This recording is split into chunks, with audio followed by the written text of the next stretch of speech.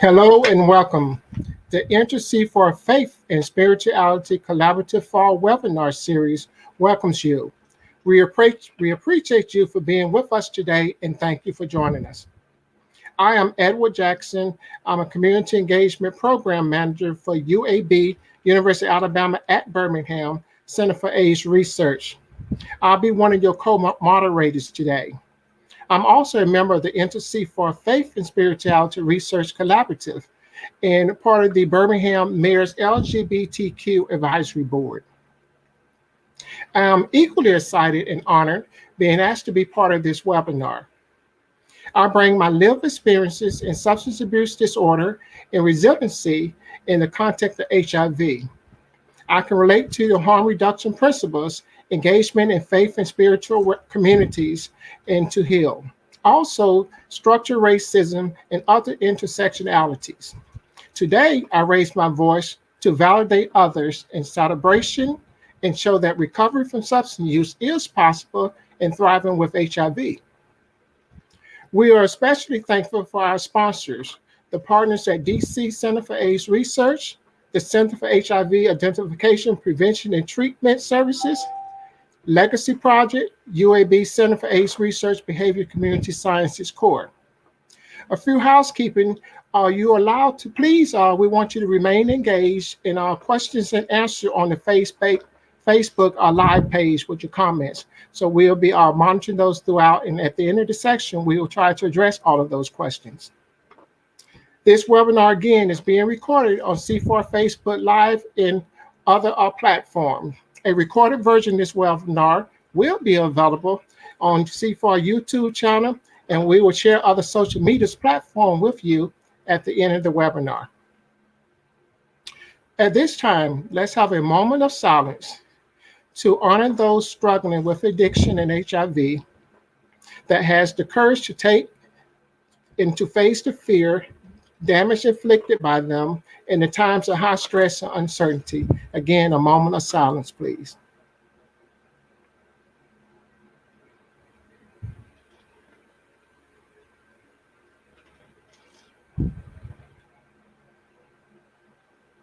Thank you. At this time, I would like to open it up for an opening prayer with Elder George Kerr III. Please, Elder George Kerr III. Thank you, George. Good morning. Let us pray. We call you by many names today. We are calling you Gracious One. Thank you for the challenge in life that helps to build our strength. Frontline workers who are working with harm reduction program, legal and those that are underground, saving lives. Thank you for the time when our lack of resources reminds us of the value of resourcefulness. Thank you for the mysterious people who confound, frustrate, and annoy us, teaches us patience and the art of forgiveness. Thank you for the moment when we are in desperate need of a miracle, and at the very last moment, from an unexpected source, one arrives. Prayers for our researchers and the community activists working to address addiction. Thank you for the difficult path that only we can walk and challenging problems that you have prepared us to solve, and the purpose that you have for our lives. Thanks to everyone in recovery. Thank you for the moment of courage that you give us so we can live a life of meaning and not comfort. Thank you for the moment when we are aware of many faults, not so that we can wallow in guilt, but so we can tap into your grace and mercy. Thank you for sending angels to wrestle with us, building our resilience and teaching us to hold on to what is good. We pray that you would give us strong ankles for the time when we walk on rocky grounds. We pray that you would give us a strong heart for the times when the pain would otherwise break our spirit. And when we pray that even in the darkest night, we will be looking to the light that comes. We pray that we, our family and friends, may be numbered with the resilient one. Let us pray that all the time, space, and ways to make our voices heard in the next few minutes. Amen. Thank you, George. And now a brief overview of this webinar. We aim to highlight how the faith and spirituality communities can strengthen harm reduction efforts to support the healing of individuals and families hurt by the addiction epidemic in our country. And at this time, I would like to introduce you to our esteemed panelists. First, I will start with Elder George Kerr III. He is the founder and CEO of G3 Associates. He co-moderated the Presbyterian HIV Network, PHIVN, PHEWA, and the Presbyterian Church USA. Also, he's a member of the DC-CFAR. He serves on the Community Partnership Council, co-community led for drug users, health, SIG, in Washington, DC. Welcome, George. Next, we have Dr. Ellen F. Eaton. She is an assistant professor at the University of Alabama at Birmingham Medical Division of Infectious Disease. Welcome, Dr. Eaton. Thirdly, we have Dr. Steve Choctaw. He is the Vice Chair of Research, Department of Family Medicine, Director and Attending Psychologist in Behavior Medicine Program, Family Health Center, and Professor. Also, works with the Department of Psychiatry and Behavioral Science, Department of Family Medicine at UCLA in Los Angeles, California, and a member of the HIV Prevention Trials Network Executive Committee. Welcome, Dr. Choctaw. Next, we have Erica Paulette. She is a senior community minister from Judson Memorial Church and the director of the Faith and Community Partnership for Human Reduction Coalition in New York City. And last but not least, we have Nestor Raksha. He is the Chief of HIV Prevention and Drug User Health at DC Department of Health, HIV, AIDS, Hepatitis, STI, and TB Administration, HASSA. And now may I have the opportunity to turn it over to our esteemed co-moderator, Dr. Yuskov. Dr. Yuskov, please.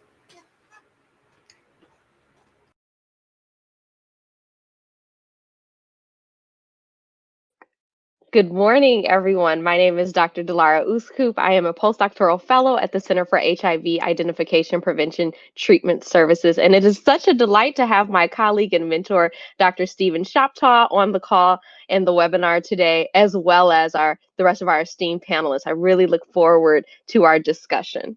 Thank you.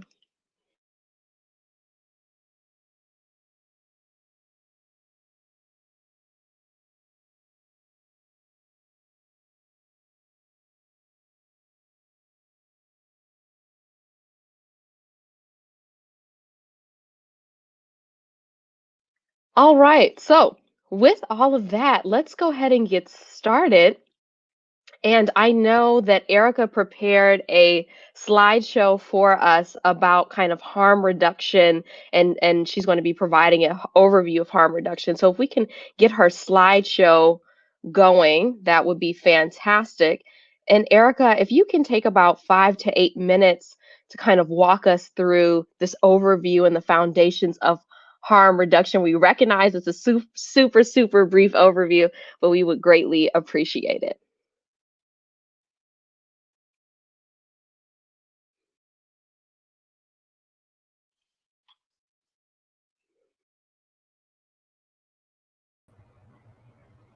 Can you hear me now?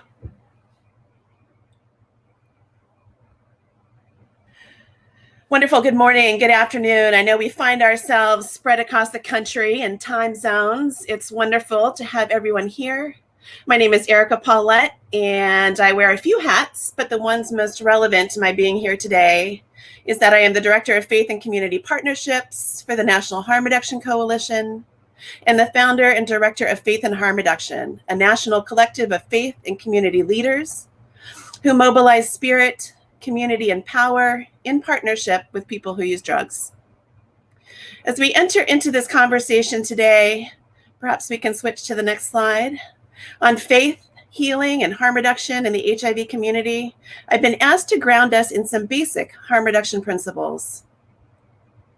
For me, harm reduction has been both a way of life as well as a spiritual practice and calling, which means that it is the lens I use to guide right action, how I understand what is just, and is the way that I endeavor to be in relationship to others, to my community, and to my God. While there is no universal definition of harm reduction, there are some shared understandings. Next slide, please.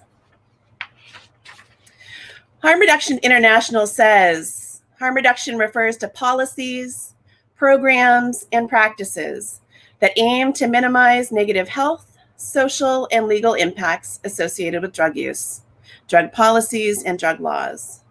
Harm reduction is grounded in justice and human rights. It focuses on positive change and on working with people without judgment, coercion, discrimination, or requiring that they use drugs as a precondition of support. Next slide, please. At National Harm Reduction Coalition, we recently recrafted our North Star statement to read that we create spaces for dialogue and action that help heal the harms caused by racialized drug policies, explicitly rooting our work in harm reduction as part of the racial justice movements, and with the recognition that we are responsive to the immediate needs and lived experience of people and communities, as well as challenging those systems and structures which cause and increase those harms. When talking about harm reduction, we generally talk about it in three ways. The first is risk reduction, which speaks to the programs and services we provide. The second is lowercase HR harm reduction, and it is the principles and philosophy which root and guide our work. And lastly, capital HR harm reduction, which is a justice-rooted political and spiritual movement focused on shifting power and resources to people most vulnerable to structural violence. So what do each of these look like in a little more detail? Next slide, please. Risk reduction or harm reduction in practice is the tools and services to reduce the risks of potential harm. Things like providing sterile syringes or other safer injection supplies, access to trauma-informed mental health and other health care, distribution of naloxone or Narcan, wound care, housing, spiritual care, medication for opioid use disorder, safer consumption sites or overdose prevention centers, and providing accurate, hysteria-free education and information about the risks and the benefits of drugs. Next slide, please. In thinking about lowercase HR harm reduction, the following principles are central to harm reduction practice and philosophy. Accepting for better and or worse that licit and illicit drug use is part of our world, and choose to work to minimize its harmful effects rather than simply ignoring or condemning them. We understand drug use as a complex, multifaceted phenomena that encompasses a continuum of behaviors from chaotic use to total abstinence and an incredible spectrum in between. While acknowledging that some ways of using drugs are clearly safer than others, although abstinence is not an end goal of harm reduction, it is most definitely part of the continuum. Next slide, please. Harm reduction centers health and dignity and establishes quality of individual and community life and well-being, not necessarily cessation of all drug use, as the criteria for successful interventions and policies. Next slide. Harm reduction is compassionate care, which calls for the non-judgmental, non-coercive provision of services and resources to people who use drugs, with people who use drugs in the communities in which they live. Next slide. It centers the wisdom and expertise of people with lived experience, ensures that people who use drugs and those with a history of drug use have a real voice in the creation of programs and policies designed to serve them. Next slide. Respects individual autonomy and affirms people who use drugs as primary change agents. Next slide.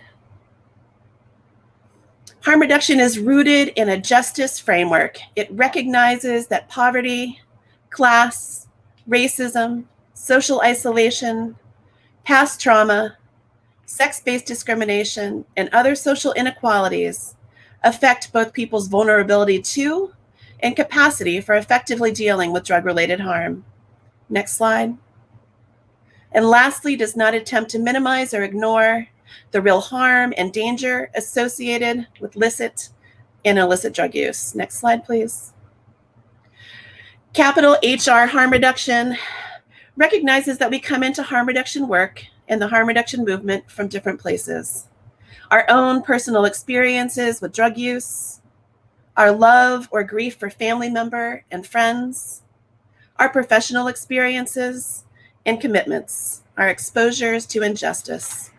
Whatever the pathway, it moves us to look through the veils of stigma and criminalization to see the full humanity and potential of people, including ourselves, that society has deemed deviant, dangerous, or disposable. The harm reduction movement is committed to pursuing a model of public health as social justice, holds ourselves accountable to combating the forms of racism, stigma, marginalization, and criminalization that place people in harm's way, cultivates a deeper understanding of the interlocking struggles against inequality and oppression as central to both health and liberation, and affirms the wisdom, dignity, and leadership of people most directly affected by these harms as the holders of the key to transformative change. Next slide, please.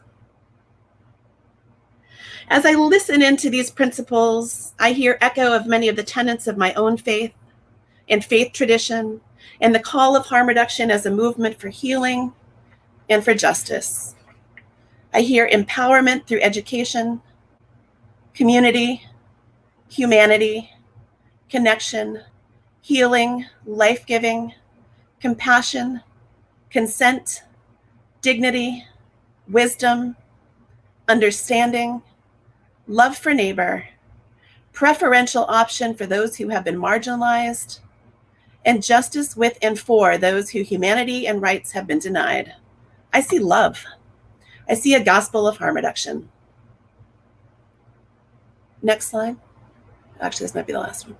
Sorry, go back to the last one. I also hear each of us being called. Those of us who are gathered here, those of us who endeavor that no more names be added to the list of lives lost, that not one more beautiful made in the image of all that is divine and love, child, father, mother, friend, sibling, lover, lose their life to overdose, to hepatitis C, to HIV, to other symptoms of structural racism, to preventable death, to challenge the forces which seek to harm and not heal, especially when supported by unjust laws, to commitment to connection and community with people most impacted by the war on people who use drugs and racialized drug policy, to proclaim the dignity and divinity of all people that no human judgment can alter, to accept the gift of relationship being offered us in this moment, in this work, as part of this movement, the opportunity to be challenged, to be transformed by stories, voices, and experiences not our own, perhaps even beyond our ability to understand, to learn from and with people who use drugs the ways of life-saving, of life-giving, to co-create relational space, sacred space, which allows people, all people, to show up with their whole selves, to see the divine in one another, to call one another by name, and that is beloved. Thank you.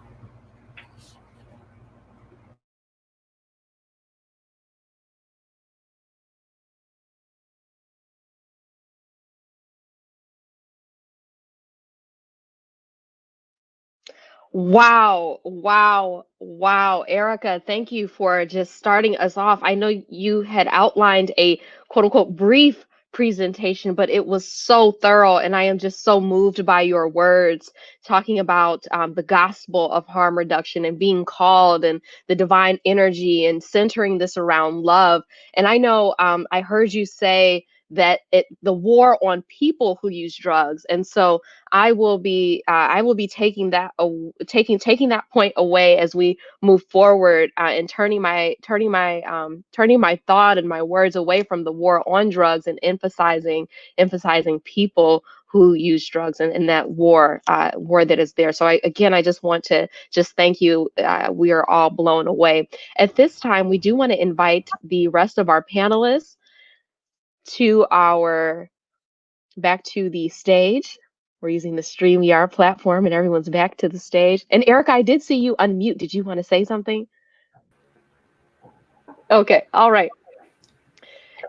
And as Edward and I navigate this discussion this morning, we do want to remind all of our panelists that we are going to have to move forward from time to time. So we do encourage you to be thorough, but also brief in your responses.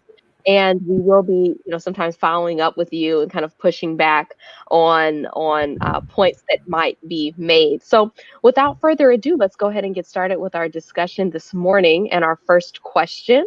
So if we can get our slideshow going with our questions this morning, that would be fantastic. And our first question is going to be, how can faith communities create a supportive environment for people with substance use disorders?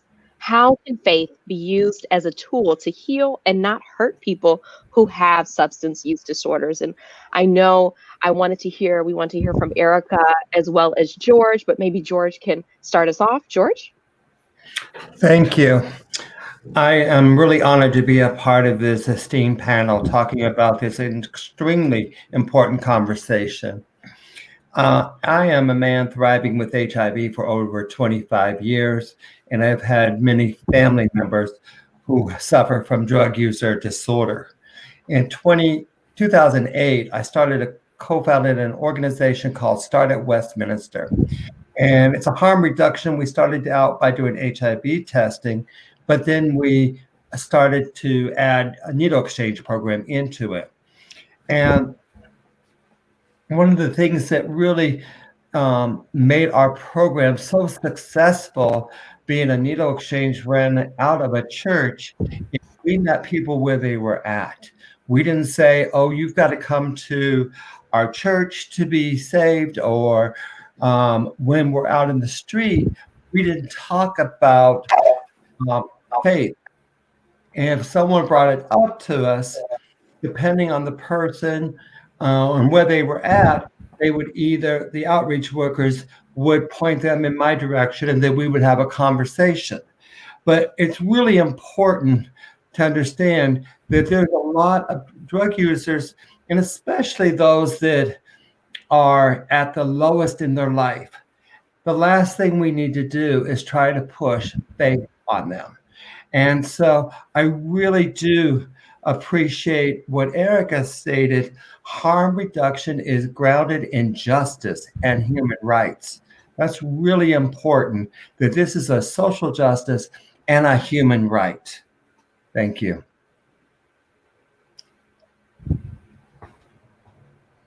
Erica?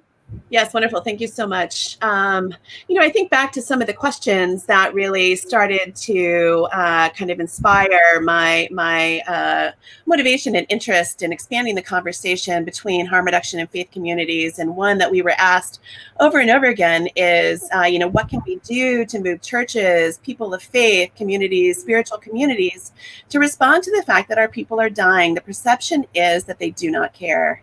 In the description for a session at a conference I spoke at earlier this year before COVID upended all things, it was stated that faith and spiritual communities were natural harm reduction advocates given the overlap in values between harm reduction and religious philosophies.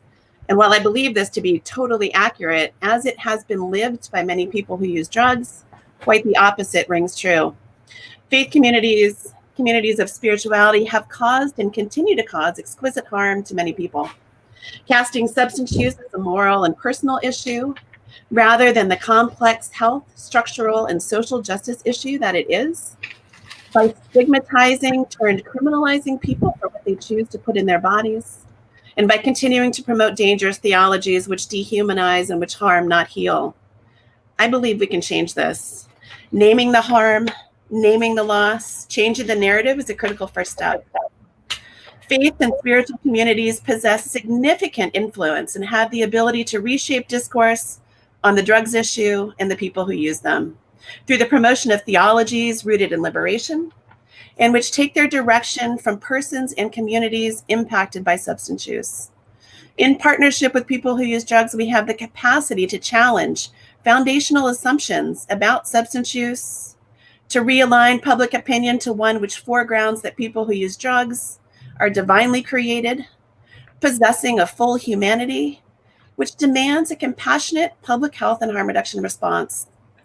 While some mainline denominations and spiritual and faith institutions have issued public statements in support of public health interventions for people who use drugs, few or none have challenged the well-entrenched moral frameworks, orthodoxy of the disease and recovery models, the racist and classist core of the war on people who use drugs, nor the attachment of stigma, shame, and sin to the drugs issue and the people who use them. So what can we do? As a start, I might refer back to the principles of harm reduction: health and dignity, compassionate care, leadership of people with lived experience and people of color, free will and autonomy, social and racial justice, pragmatism and realism. If I can take just a couple minutes to start at the first two. In which ways does my spiritual or faith community promote wellness and wholeness and uplift the dignity of people who use drugs? How do we speak about people who use drugs? And God said, "Let there be." This is how creation happens in the Abrahamic faiths, not as a meticulous engineering project nor a work of magic, but entirely spoken into being. The word not only communicates the divine intention, it actively accomplishes it. Our words, too, create worlds. Many common phrases used to talk about people who use drugs and people who do sex work imply stigma, judgment, and shame. This is easy to understand in overtly derogatory instances like the use of terms such as junkie, crackhead. But language matters in much more subtle ways and can reveal assumptions about a person or their substance use that is likely to be inaccurate and harmful. We at Faith and Harm Reduction encourage the use of person-centered language as a really foundational premise in the work that we do, language that refuses to reduce a person to their substance use, but keeps their humanity at the forefront, which affirms that people who use drugs are sacred, worthy, and beloved. And I don't want to go too much time. I do have a couple kind of thinkings around compassionate care, or we can toss it to somebody else. I would like to thank you again, Erica, as each time you're speaking, I'm just back here taking notes on the conversation. Just, wow, again, just bringing together stigma, shame, and sin, and talking about health and dignity and compassion and compassionate care and leadership, and also the tension between free will and autonomy, pragmatism, realism, and bringing in back to the divine word, being that, God creates by speaking. And so taking us back to that important issue of language. I do want to open it up. Open it up to the rest of the panel to kind of join in on this question about communities creating a supportive environment. And obviously, this is going to be a running current throughout the rest of our discussion. So if someone would like to kind of add on, we can do that, or we can move to the second question. So I'll open it up for a couple moments. Erica, you're a tough act to follow. All right. So how do we acknowledge structural racism and harm reduction strategies? Or we might think about this question as, how does harm reduction address structural racism? And so for this question, I want to start maybe with Dr. Shoptaw. Erica, if you want to come back and join in, or if one of our other panelists want to come back and add to this, that would be fantastic. Dr. Shoptaw? Thanks, Dr. Uscoop. I mean, what a wonderful conversation. I'm so honored to be part of this great group and part of this conversation. I think that one of the issues that, at least as I understand it, in thinking about the structural racism and harm reduction strategies, is that we tend to disaggregate people. So we're talking about people living with addictions. We're talking about people who live with HIV. We talk about people at risk. We talk about people who see a primary care provider. We talk about people who see a psychiatrist or a psychologist. We talk about all these sorts of things and the ways that we split people up so that there is an otherness to however we're thinking about them. I think that one of the challenges that I am particularly sensitive to and completely energized about in my work now in the next few years is really getting people to stop seeing people only from their lens, and particularly in healthcare, to think about the siloed perspective of just having, this is what I do, so this is how I'm going to approach this, and to begin to see people as not as from within silos, but to see people as whole people. So I think that one of the kind of the hooks that I use is I don't see silos, I see people. And the idea of getting all of us from our faith communities, from our care communities, from our public health communities, I think it's important to remember that each one of us, I mean, this is one of the things that, George, you talked about, and that this whole issue of these are people who are children, uncles, nephews, cousins. These are not people who are other than us. So there is a blessing in the sense that addiction brings a lot of us to the picture, because all of us are living with people who have used drugs or gotten in trouble with drugs around us. And so it offers this opportunity to be inclusive, because we all have somebody who we know, who we can identify with, even if we don't have addiction or HIV, or we are not of a dominant culture, or we are not from a minority group. We can understand how these intersections affect, because we can see it in our families. I'll stop talking, but I do want to point out that there is this issue. I think it's important for the faith community in particular to bring along this issue of addiction within thinking about these whole folks, because the issue is that there are no powerful constituent groups for people living with addiction. We can go through all of the different sorts of ways in which there are very powerful groups to protect the interests of people living with different conditions or different aspects of things. But the addictophobia that is throughout the culture is far-reaching, and as Erica was talking about, it's something that kills people. The idea that we won't see someone living with addiction in our practice, or we won't see someone who is struggling with drugs, or we won't address the issue. We'll just look past the issue. These are the sorts of prejudices and biases that kill people just as efficiently and in the same way as structural racism does within our culture. Thank you, Dr. Shoptaw. And I just want to pull out from what you have shared that you don't see people in silos, but as whole people. And I think that is so important, that we have an intersectional understanding of faith, harm reduction, and social determinants of health. I do want to add in Erica to this very vital conversation. And I think Dr. Eaton has some words to share also. So after Erica, we look forward to having Dr. Eaton speaking. Thank you. Great, thank you. Yeah, I just wanted to, I think, elevate again the issue that I raised in the last couple of minutes I spoke, talking about really kind of in the same way as I think about the foundational role of spiritual and faith communities in supporting and strengthening harm reduction in practice and as a justice movement, that when we're talking about structural violence and racism, changing the narrative and recentering the conversation, I feel like, is a really critical beginning point. And to use the very kind of, I think, fresh in all our minds narrative of the overdose crisis as an example and as representative of the need to dislocate the focus from individual substances and individual people to the systems within which we live and the systems within which Black, Indigenous, and other people of color are systematically made vulnerable to harm.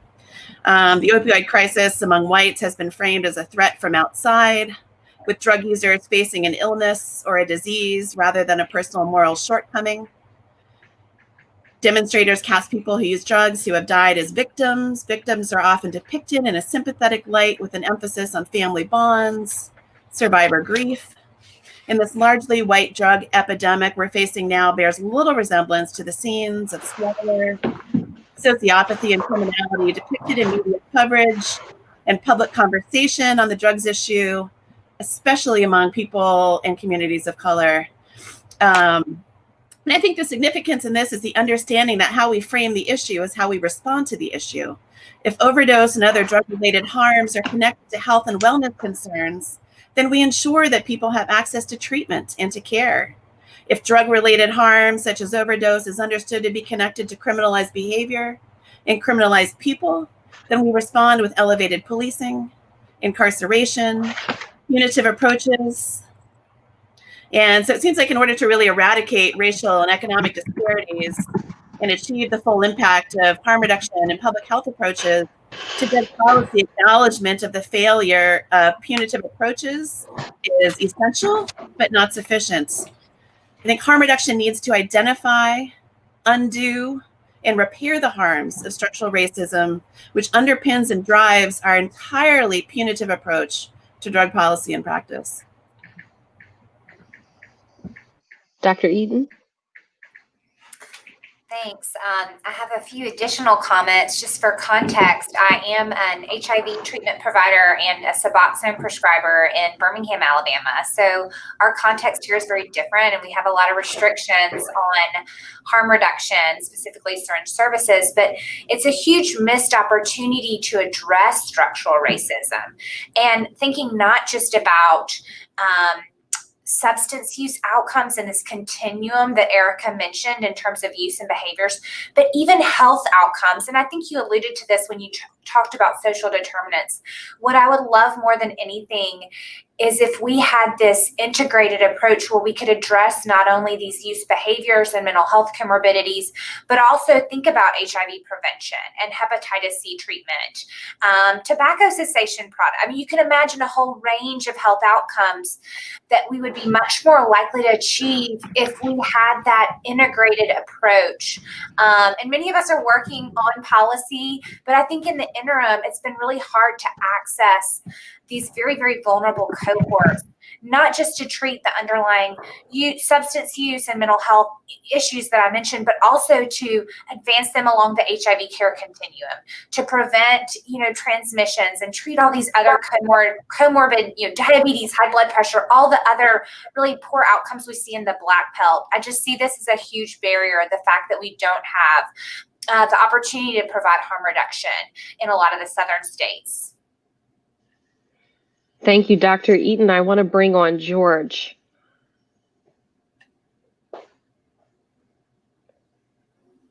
George, I think your mic might be muted. Thank you. I'm sorry about that. I just want to talk about our places of worship and to remind folks that there are people sitting in your pews that are family members that have substance use disorder. And that it's really important, especially this stigma.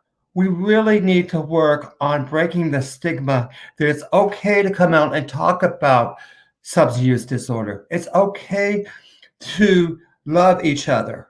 And I think that that's really missing right now from a faith perspective. It's just, it's those people. No, it's our people, the people in our family, in our places of worship. Thank you. Dr. Shoptaw?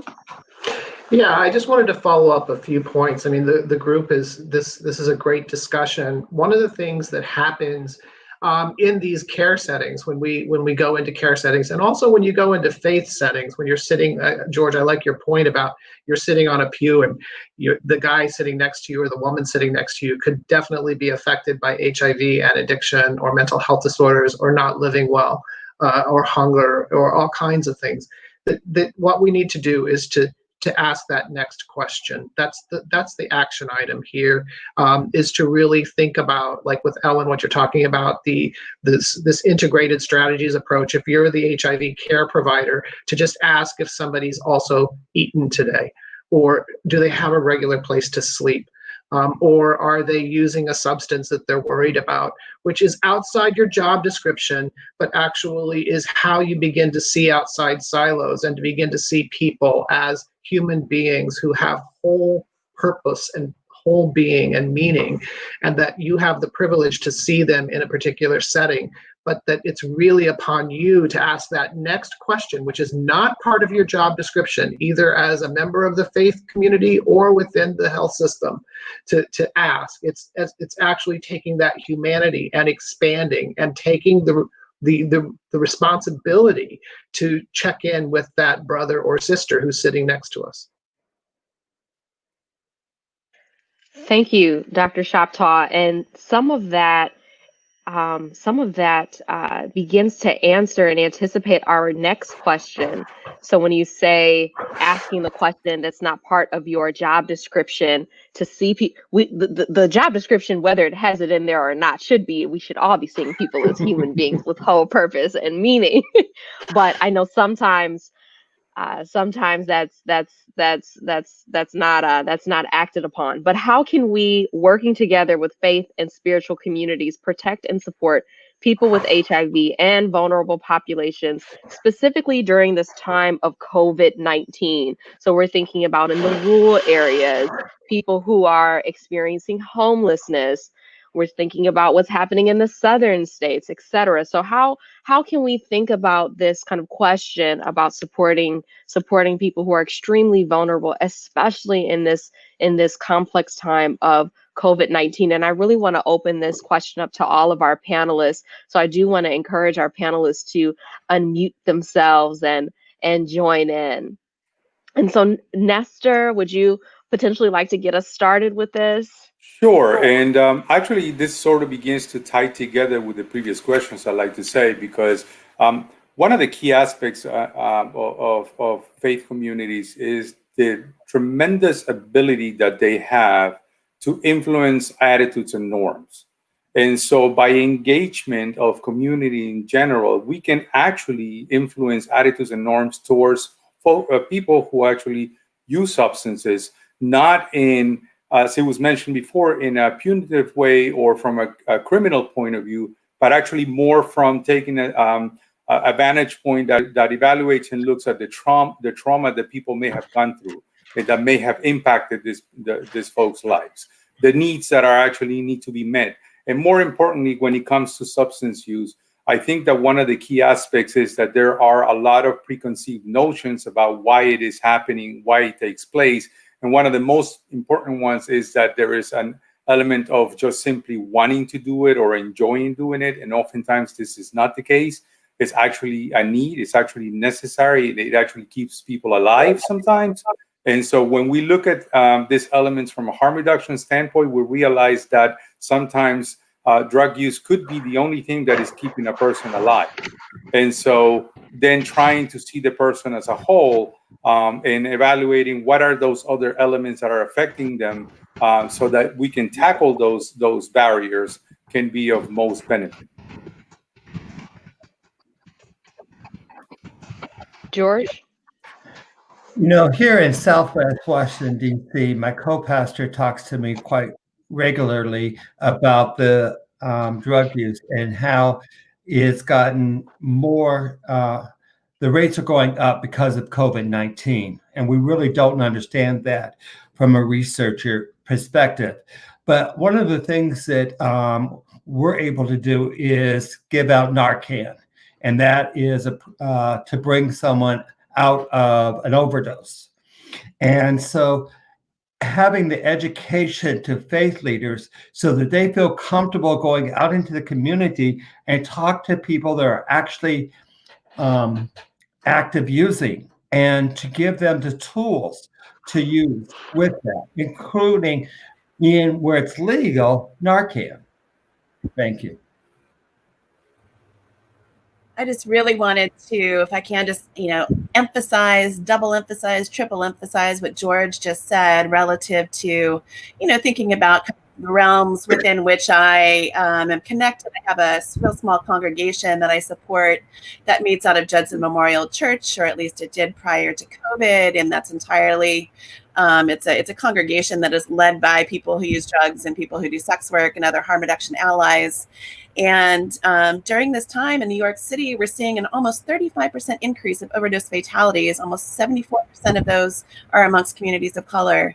And so having kind of expanding the ways in which folks have access to life-saving services like naloxone, and really, having faith leaders be ones who mark the significance of saving lives, people who use drugs. I mean, it's the power in just that communication alone, I don't think can be underestimated. So. Dr. Eaton, I would love to hear from you on this question. Yeah, thank you. I think one of the easiest ways to encourage the faith and spiritual communities is to remind them that a lot of individuals, especially in the South, view the church as their family. And as they've struggled over the course of often years and decades, often the church is the only consistent touch point they have to support, whether it's emotional support, whether it's housing, whether it's assistance with transportation. So I think if we can encourage our faith-based communities to really envision themselves as the family and providing or working to provide all those comprehensive services, from housing to transportation to food and nutritional support and social emotional support, I think it's really important, but also to remind them that a lot of substance use disorders need to be addressed as a chronic medical condition. I see this very frequently, that a lot of my patients specifically participate in groups at churches that discourage them from taking medications and view medications for opioid use disorder as just another addiction. So we do need to educate our partners that medications can help our patients achieve their goals for recovery. And just like a family encourages their children and their cousins to take their medication, the faith-based community can also encourage them to take care of themselves by taking their medications for their chronic conditions, whether it's a specific substance use disorder or whether it's HIV.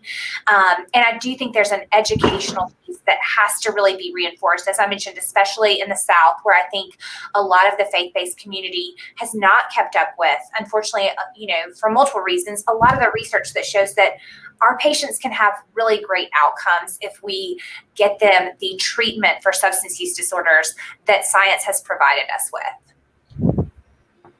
Thank you, Dr. Eaton. And I do want to add a follow-up question. So given these COVID-19 restrictions, how does the faith community continue to touch people? So I want to just kind of weigh in first on this. As a mental health provider, I don't provide faith counsel, but I do see patients along issues of problems with dealing with addiction or HIV or homelessness. And one of the things that's happened is we've been shifted to this video thing of using the Zooms or doing the sorts of interventions with people that are distant. And one of the things that's come to me a lot recently is this issue that people need to be touched. When in the science community, one of the things that we've always done is gone to conferences where we meet people, we sit down with them, we have a meal, we talk about our ideas. In therapy, we meet with people, we sit with them, we cry with them. These are things that are, made more distant by this terrible pandemic that we're under. So, the questions are, it's a crisis, but it's also an opportunity. It's an opportunity for the faith community to actually take up these issues as we get more freedom following development of a vaccine, or being able to move more readily in the population and see and touch each other and share meals. The idea of how that the faith community can help with, maybe energize a new approach to bringing people back into touch with each other. I certainly think it's something that's sort of missing right now. Thank you, Dr. Shoptaw. George. Yes, as someone thriving with HIV, I am in weekly therapy appointments. And this has been very vital, especially with COVID-19, the racial issues that's going on across the nation, poverty. And so it's really important as faith leaders to talk about going to be and how important it is. And we can talk to our faith leaders, but we also need to talk to our therapists. And then the second comment I have is science. The faith community has to believe in science. And we have lost that. Some of our places have lost that. And so we have to get back and teach that, a vaccine is amazing. And we need to, I went this week and I got a COVID-19 test on Monday, and I got a flu shot because it's so important. We need to believe in science. And just for the record, I am negative still. So thank you. Well, George, we are glad that you are COVID negative and that you have gotten your flu shot. And we want to thank you for that emphasis on the faith community and the faith community believing in science. I know we have seen quite a bit in the news, and there's almost this kind of politicization that's been happening around science and from some of our faith communities. I'm not going to say the faith community, but from some segments of the faith community that have been politicizing science. So we want to move forward to our next question. And that is, how can we partner with faith and spiritual communities to improve access to medical care services and substance use? So we're thinking about syringe exchange programs, for instance, or promoting safe disposal. Nestor and Dr. Eaton would love to hear from both of you on this question. Well, if one of the things that I think that we can probably tout and celebrate is the fact that at least for the District of Columbia, the syringe services programs have actually achieved an enormous approach, an enormous achievement on HIV. Whereas during our last surveillance report, we've seen only 2 infections resulting from needle exchange. And I think that that's an enormous accomplishment. I think that, as George mentioned, there are opportunities that, and I think syringe services programs would be very welcoming to working with faith communities, because their reach and their ability to actually support community and engage community in being more welcoming and being more engaging would definitely support many other aspects of the populations that they serve. So I think that there are ample opportunities, whether if it's moments in which we can provide services or otherwise engage users to be able to have a space, a spiritual space, if that is possible. Perhaps actually be in a location where there could be syringe disposal would be terrific, and actually many other activities that actually can be organized by faith communities that can work in concert with what the syringe services programs are trying to achieve, which is better health outcomes for substance users. Thank you so much, Nestor. Dr. Eaton. Yeah, thanks. Am I getting an echo for y'all? Is the clarity okay? It's great. Right on this end. Okay. Those are great comments. And my suggestion to our partners in the faith and spiritual communities is to approach harm reduction really as an onion. Someone gave me that suggestion a few years ago, and I think it makes sense. Start by just educating yourself, getting in a situational awareness, meet with your local shelters, your health department. What is the need? Open your facility to serve a meal. Do you have space to help with housing? Do you have resources to provide provide any of these services, transportation to doctor's appointments. Start small and just start peeling back that onion with each layer of harm reduction. And as you get to know your community and develop these relationships, I know that there will be opportunities to work with aid service organizations and your local health department to partner and fill these gaps. Speaking from my community in Birmingham, there's such great need. And COVID has really just exacerbated that need and driven our vulnerable populations really further into dark places where it's hard to access them and they are in deep despair. And as Erica mentioned, a lot of overdose happening. So if you are someone who is interested in providing harm reduction, I would start peeling those layers back. Start with something that's low-hanging fruit, like a meal. Get to know the community, develop relationships, offer to transport them, counseling services, anything that you have in places like my community, anything that you have capacity to offer will be beneficial for this population because there's just such great need. Thank you so much, Dr. Eaton. George. You know, some of you are watching on our Building Rhythm Through Recovery at Westminster page, and this is a program that is funded by DBH, Department of Behavioral Health here. And what our focus for the next year is to really educate the community on the opiate crisis and overdose prevention and giving the community tools. So that's one way that we can help is we are all in this together and we can do this as people of faith. Thank you. Thank you, George. And Erica, before we move to our next question. Yeah, I just wanted to lift up again the point that we had raised earlier, less connected to kind of making space and services, but elevating faith leaders as harm reduction allies and advocates, and looking at the potential to, help shape and help create environments, policy, and other which are supportive of harm reduction services. So thinking about a conversation that I had with faith leaders in Indiana yesterday around syringe service bill that is getting set to sunset, and, following their, big HIV outbreak in Scott County, how can the faith community help move these conversations towards, a place where we are able to kind of create enduring environments that are supportive of harm reduction and the health and wellness of people who use drugs. And, thinking about that as kind of very much the legacy of, syringe service programs and harm reduction here in New York City,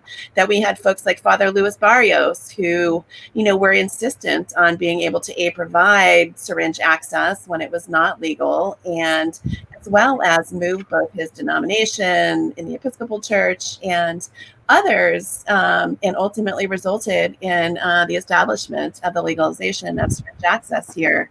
So I think it's a really critical piece and opportunity, and I'll plug Faith and Harm Reduction. You can find us at faithandharmreduction.org or at harmreduction.org. This is what we do. We've recently crafted a toolkit for communities of faith who are looking to kind of better be able to find their place in the harm reduction space. And it's rooted in education, opportunities for action and engagement. And we are willing to and interested in being conversation partners and helping folks make those local and regional connections.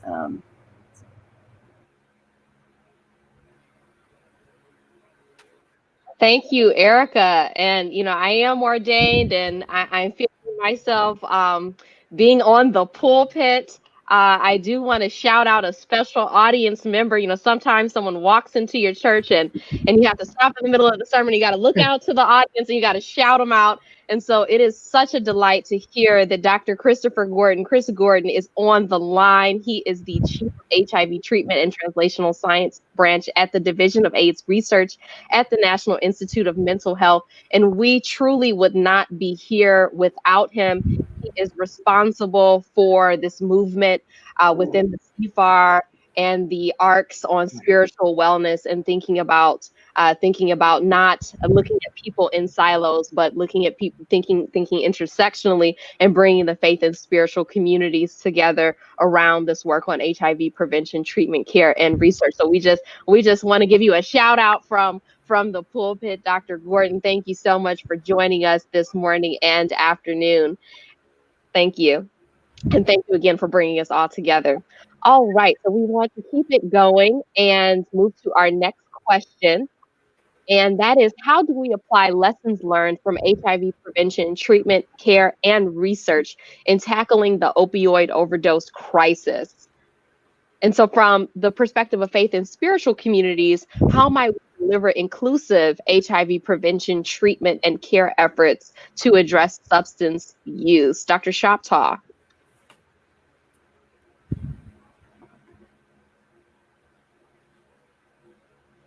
Dr. Shoptaw, I believe you're muted. Yeah, I'm muted. I muted myself. Sorry, I made the mistake of the year. So this is a super question. I think it's great that the faith community is grappling with this, but I also think it's also important to recognize that the scientific and medical community grapples with this. There was an important report that was published by the National Academy of Science, Engineering, and Medicine, talking about the intertwining epidemics of substance use and addiction. So it's an important point. We've used the word, I've heard the word intersectional many times today, but this intertwining epidemic is really important because our systems are built so that we have infectious disease managed on the left side and we have addiction managed on the right side. And while our patients may on Monday see the addiction person or on Wednesday see the infectious disease doctor, they're the same patient. The idea here is that we pull from our strengths. So as an addiction provider or a mental health provider, I pull from my strengths. I don't practice HIV medicine. My HIV medicine colleagues don't practice addiction medicine or mental health disorders. So this idea about this intertwining epidemic is important because our patients, our people, our communities are affected by this intertwining epidemic. It cannot be dismantled easily. So we're talking about people who, because they maybe inject opioids, can't get across town to the food bank, or they may use methamphetamine as well as opioids and can't, as a way to make it through the night so that they don't get rolled because they're living close to the street. There's lots of ways in which these intertwining epidemics interact. So that if someone's living close to the street, they may not be able to maintain access to HIV medicines because they get rolled and their medicine gets stolen. So there's lots of ways in which this intertwining epidemic requires us to be nosy, to actually pay attention to the person in front of us. That's the only way I can see this forward. We're doing a study that's going to start next year called HPTN 094 or Integra, where we're going to be using mobile medical vans to move forward into communities, bringing this integrated strategies approach to people who are living with HIV and addiction problems. And we're very excited about it. We think it's going to be a really exciting way to move forward. And maybe there's some ways that we can be thinking about pairing with the spiritual and faith communities, or maybe the faith communities can reach out to us so that we can add to the integrated strategies approach the idea of paying attention to the spiritual part of a person who's in these sorts of disorder treatments.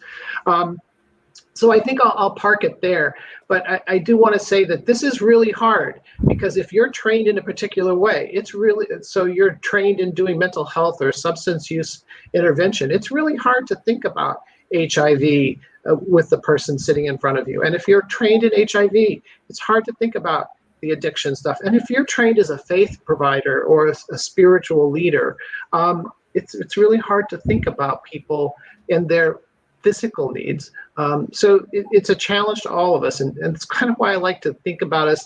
I like to push us to be nosy, to be outside, to ask that question outside our job description. Pushing us to be nosy. I like that, Dr. Shoptaw, in the interest of serving, of obviously serving one another with full humanity. Nestor. I'm going to try and find a way to summarize. There is so much that we have learned from HIV prevention that we can actually transfer over to now addressing the overdose epidemic we're facing.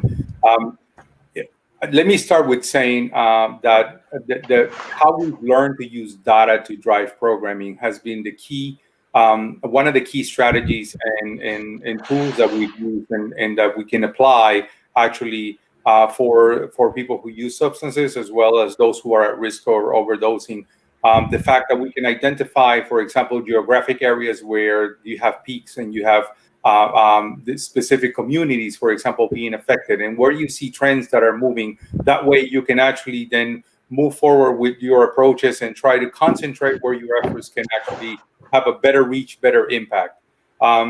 The other aspect is just understanding that with the use of data, you can kind of figure out what level of individual level interventions you can actually deliver, what level of community engagement you can do, which leads me to my second one, which is actual community engagement. In HIV prevention for years, we've used community engagement as an important tool to be able to create our messaging, to create our approaches in ways that are actually welcome and where the community themselves actually adopt and own, because it's really coming from the very folks who are affected or those who are near someone or have a loved one who's been affected. And so having that opportunity to have ongoing conversation, engagement, and feedback that can help shape your programming and your approaches is absolutely key. One of the things that was mentioned earlier is addressing stigma. Again, the creation of messaging that actually can address people's needs and actually inform and educate in a way that is not that finger pointing or blaming, that is not about necessarily purposeful behavior, but really actually something that certain communities are really victims of in certain ways because of a number of factors. It's extremely key. And then I think that the most important lessons that I've learned around HIV prevention is the way that the approach is able to see each individual person, but also see a whole person in each individual. The ability to actually understand that persons' choices often have a reason, and there is a number of other factors that affect their lives. That the fact that you may come to actually provide a particular service doesn't mean that that's all you address or that's all you think about and that's all you have to deliver, but really seeing a whole individual that really has perhaps other priorities that impede them from listening to you at this moment. And so you being able to engage the individual in those other aspects, at least if anything, is to point them in the right direction so that eventually you can then address your particular purpose. I think that, and the last thing I'll say is that in order to accomplish all of this, you must establish collaborations. Collaborative relationships are important, and that means basically between providers of different services that address that whole person, like I said before, in addition to actually engaging in other areas, research, for example. Academic institutions that can actually help inform your work and help you with the research and the literature that you need to actually continue to shape your programs. And for example, here we've done some work around our CFAR with the Drug User Health Special Interest Group, which I'll actually hand off to George to kind of speak about because he's been engaged in it a little bit longer than me. But those are basically some of the important lessons that I think I can share.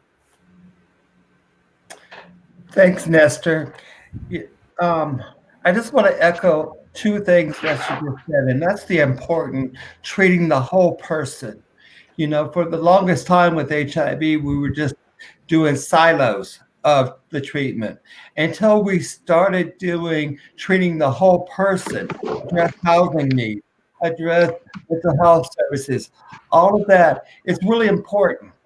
And then the drug user health SIG here at the CFAR is incredible, that which I'm the co-community lead for. The importance of that is it brings different agencies together, the researchers, the Department of Behavioral Health, the DC Health, and the providers, and some users. And so it's important to have us all at the same table to talk about research and to see where we're going. What trends do we see? How are we doing? What's the word I'm looking for? How are we dealing with COVID-19 during this crisis? So it's just real important that we have these type of collaborations within the community. Thank you. Thank you, George. Dr. Eaton. Yeah, hearing all of you talk about integrating and collaborating really reminds me of one of the biggest lessons we learned from the HIV epidemic that's very relevant here. You know, many of us practice in silos, you know, especially in the South where we don't have access to Medicare and there's a different payer mix. So addiction treatment providers are trained and specialize in addiction and they work in addiction clinics. And then your HIV docs are over here and your family medicine doctors are over here. And there's just not a lot of crosstalk. But what the HIV epidemic taught us, and certainly in Birmingham, is that when you have this Ryan White CARE Act program, or you have funding that allows you to co-locate and integrate care, things just work so much better towards this comprehensive, holistic model.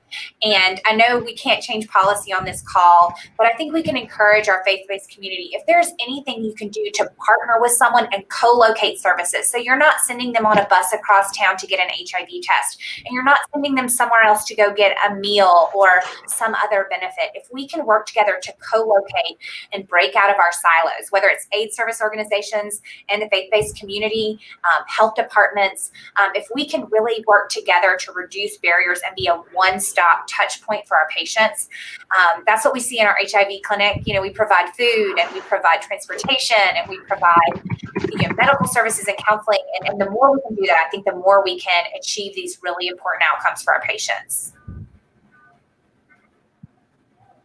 Thank you, Dr. Eaton. Dr. Shoptaw, did you want to also make a different comment? Yeah, so what you're talking about, this co-location, is important. I mean, there's another element that's important about this, is like how to build within the research machine the competence to be able to have the trust and faith of the community that you're going to treat them well. We've seen this in the Moderna vaccine trials, where the first tranche of subjects were randomized to the trial, and they were almost all dominant culture. Yet we know that most people who are affected by this epidemic have been from Black and Black and brown communities. So the idea about it, well, how do you address that problem? That's a question. As a researcher, as a professor, it's something I've dealt with. And one of the best ways to do this is not only to be part of the community, to base your work within the community, but also to make sure that you are bringing in and elevating people who are members of the community at all levels of your organization, meaning from the very top to the front office people. You know, it's not enough to just have people who are from minority backgrounds who are answering the phone or at the front desk or on outreach committees, but to also to include people at all levels of the organization, so that we actually have our research machine look like and resemble and be an example of the community, not something that's different from, so that when the physician who's reading you the informed consent is somebody who can speak Spanish or is a member of the African American community or whatever, that when that happens for somebody who comes in from a minority community, an underrepresented community, a community with concerns of historical scientific mistrust, that there's a link that's there that says, oh, this guy speaks my language, or this woman looks like me, or if she grew up in my neighborhood, that is what actually builds respect and actually lets you move beyond the study you may be working on now to do a career of studies in a community where you build trust and you actually have an ongoing, long-lasting solution to the problem of this elitist dominant culture within academia and science.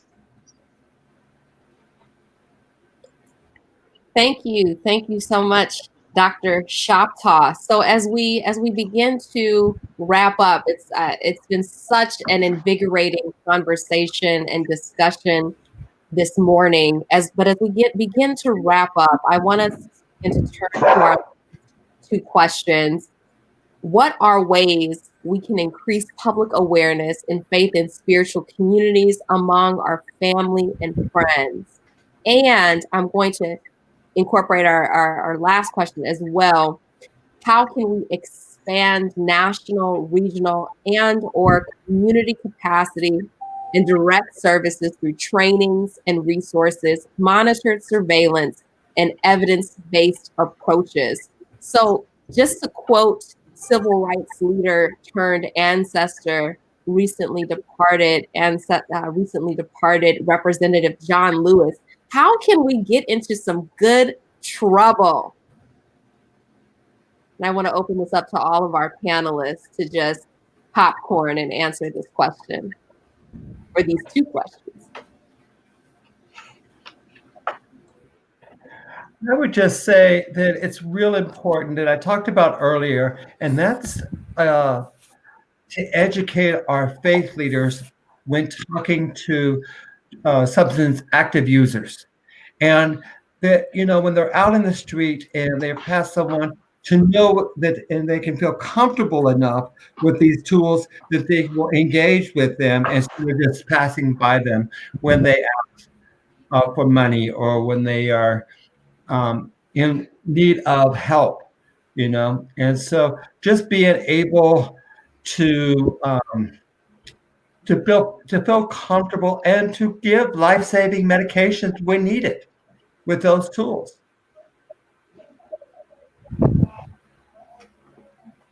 Thank you.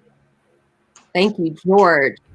So again, if we could wave a magic wand and do 1 to 2 things in summation, what would each of our panelists do to increase public awareness or to expand our capacities and direct services? I'll go ahead and start. So one of the first things I have 2 issues. I would say one thing is that hope is not a strategy. So I would say that one of the things that I would say to wave my wand would be to eradicate the thought that we can hope our way out of this situation. It's not going to be, hope is not a strategy. This leads to my second point, and that is that the wish is for intention. One of the things I've learned over the past 3 years, and particularly working around issues of diversity, equity, and inclusion within the system of a very hierarchical elitist system, when working on science with people who are traditionally from communities that have zero power or less than zero power, is that it's about an intention to make a difference. It's a personal choice. This is where the faith community knows this very well, much better than I do, about how to motivate people to make an intentional choice to do something, an intention. So it counteracts the hope is not a strategy by giving us something to do, which is to make an intention, to speak the word, and then do it. Wow, Dr. Shoptaw, hope is not a strategy. George. I just want to add one more comment. Vote. Go to the ballot and vote this November. It is so key for what we need to do in our community.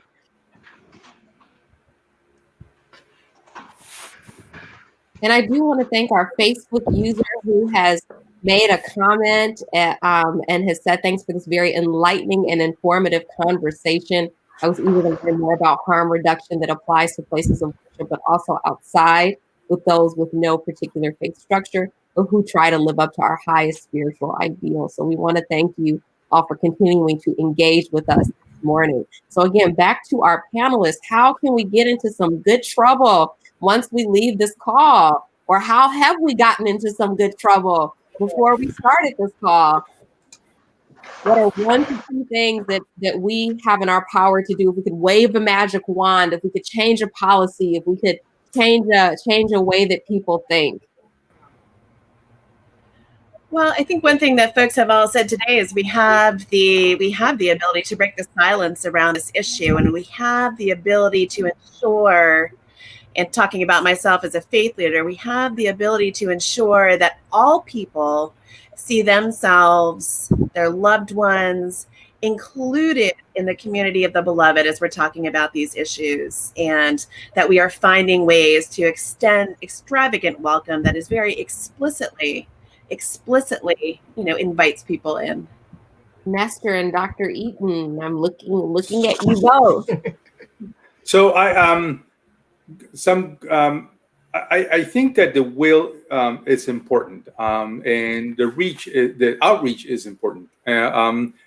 I like to share that at least at HASTA, the DC Department of Health, HIV, AIDS, hepatitis, STD, and TB administration, we've actually engaged for the past couple of years our partners in Maryland and Virginia, and have actually discussed several issues around HIV prevention, treatment, and also harm reduction. And so these has actually led to our ability to actually create and put together a harm reduction conference last year. There was one that was going to be held this year, but unfortunately went virtual, so it didn't have the same reach. But I think that there are ample opportunities for us to continue to keep these conversations going. Those conversations can lead to actually joint efforts in which we can look at resources and basically maximize the use of those resources so that we can go ahead and perhaps coordinate who we serve, how we serve, where there are opportunities in one area that can help the other, and where geographic areas are most affected. And we see that there is, for example, invisible borders that would actually benefit from really coordinating approaches. So I think that there are ample opportunities to really look at regional approaches.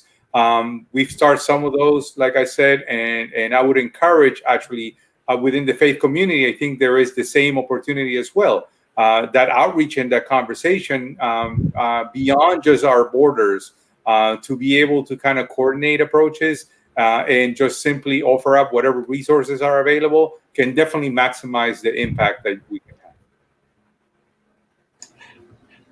Thank you so much, Nestor. Dr. Eaton. Yeah, I just thinking about where we are right now politically and in terms of differing philosophies, I would encourage people to just start talking to your community partners, your faith-based partners, your medical service providers, and understand where they are. I think if we go into this thinking that we're going to turn Baptist churches in Birmingham, Alabama into syringe service programs, that's not a realistic expectation. But can we talk to them and understand what they have that they could provide? Do they have an additional building that could be used as quarantine space for homeless individuals during COVID? Do they have additional food resources? But I think really we need to think about starting the conversation and understanding our common grounds. A lot of us in rural areas and in the South are going to see a lot of disagreement between the faith-based and the medical communities, and really the harm reduction community, most importantly. But if we start a conversation and think about what we have in common and how we can use those common resources to reach this goal of getting our really, really vulnerable residents into a better space to really survive this pandemic and beyond, I think it starts with those really, really conversations and knowing our audience, knowing our partners. Thank you so much, Dr. Eaton. And with that, we want to thank so much all of our panelists for this extremely robust conversation that we have had this morning. I know I'm ready to get into or continue to get into some good trouble after leaving this. I'm feeling so energized. I also want to thank you, our audience, for your attention during this hour-and-a-half long presentation on healing and harm reduction. And of course, we want to thank Dr. Chris Gordon, who was able to attend without whom we would not be here. And I want to extend a couple other thank yous as well. And we're going to bring up Kalani and Dr. Lancy, but I just wanted to give a special shout out to Kenya Hutton, who has been in production and who has helped us all navigate this new platform of StreamYard. So thank you so much. And with that, I will turn it over to continue our thanks and conclusion to Kalani Upshaw, who is part of the UAB CFAR team, and then Dr. Lancey.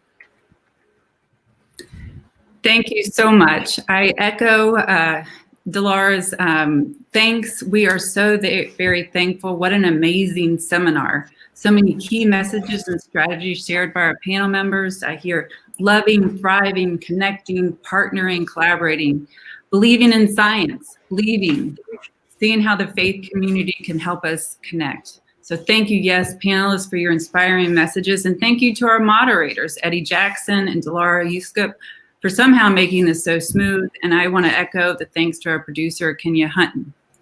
It's amazing to think back in March, when we made the decision that we were going to need to postpone our Inter-CFAR Faith and Spirituality Research Collaborative due to the pandemic, that we would be here. The collaborative really has come together. We've just been so creative. The creative juices have come. We've held a summer webinar series. We had one on lessons, how HIV are informing COVID-19 response, how innovative approaches to community engaged HIV research and ethics, and faith and community engagement, how HIV is informing COVID-19 vaccine research. And now with our fall Inter-CFAR Faith and Spirituality Research Collaborative Fall Series, it's amazing. And I'll have to say, Dr. Christopher Gordon, again, who is the chief of the HIV Treatment and Translational Science branch at the Division of AIDS Research at NIMH, emailed me and asked me to share this, and he said I could quote him. "We at NIH are not going anywhere. We remain supportive of all of your work to address the needs of people as a whole and to provide care and support where community members live and work so that we may reduce unacceptable inequities. Your work inspires me." And so thank you. Beautiful panel today, beautiful messages, and I'm so very thankful on behalf of the Inter-CFAR Faith and Spirituality Research Collaborative. Kalani. Hello, everyone. My name is Kalani Upshaw, and I'm an opioid addiction prevention and education fellow at the UAB School of Public Health and a part of the UAB CFAR Behavioral and Community Sciences Corps. Our next webinar will focus on mental health in the HIV community, so it will be held on Friday, November 13th, 2020 at 11 a.m. to 12:30 p.m. Central Standard Time.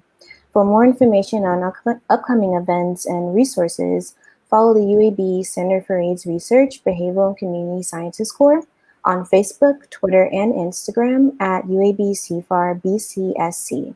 Also, you can watch this full webinar and previous webinars from our summer webinar series on the Inter-CFAR Faith and Spirituality Research Collaborative on our YouTube channel at UAB CFAR Behavioral and Community Sciences Corps. Thank you all for attending and have a blessed day.